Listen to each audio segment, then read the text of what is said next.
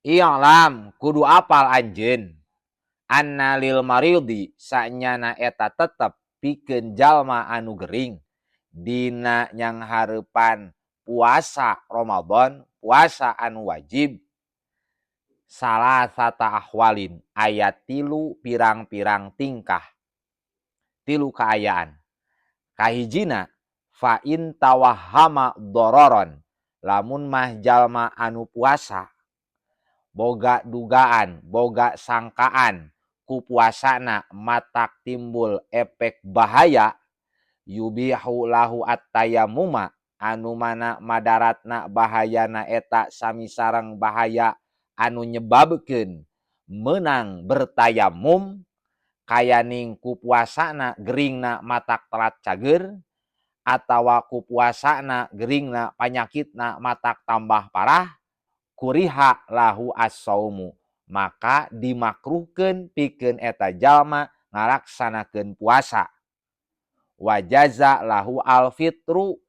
jeung meunang pikeun eta si jalma berbuka alias meunang teu puasa.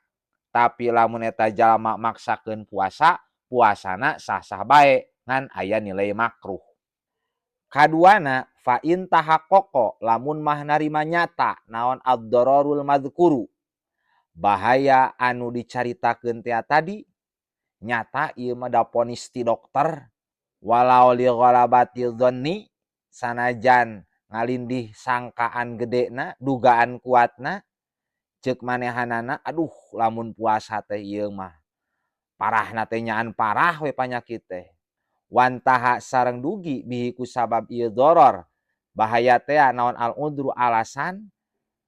ilal halaki anu kadituna dugi kana karuksakan malahan mah wadhihabi manfaati udwin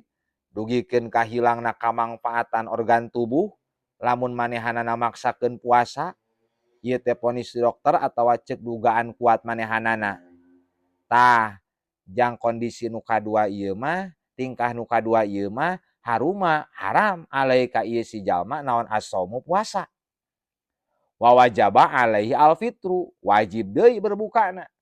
faidas samarra shaiman tuluy di mana-mana si jalma teh maksakeun tuluy-tuluy puasa hatta mata samaotna mata asian maka ieu si jalma maotna dina kaayaan berdosa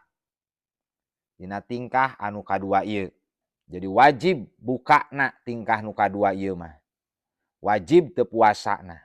Katiluna fa in kana tuluy lamun bukti naon al maradu geringna eta khafifan ringan kasodain sapertoskeun nyeri sirah tarieu teh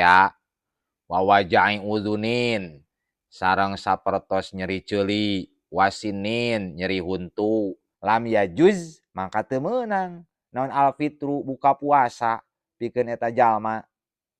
ai gering meusan mah illa kecuali aya khofa sieun ieu si jalma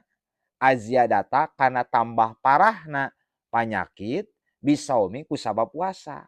geringna mah ieu teh meusan rieut saeutik tapi lamun sakira dituluykeun puasa walah rieutna bakal tambah parah ieu mah ku puasana teh tah teu nanaon eta mah buka ieu mah ngan sakadar nyeri huntu tapi lamun maksakeun puasa teu dahar obat walah matak bareuh nauzubillah tah lamun sieun tambah parah gering anu ringan eta tambah parah ku sabab puasana nya meunang eta mah berbuka tah eta 3 kondisi jalma anu gering dina nyang hareupan puasa mugi aya mangfaatna wallahu a'lam bissawab.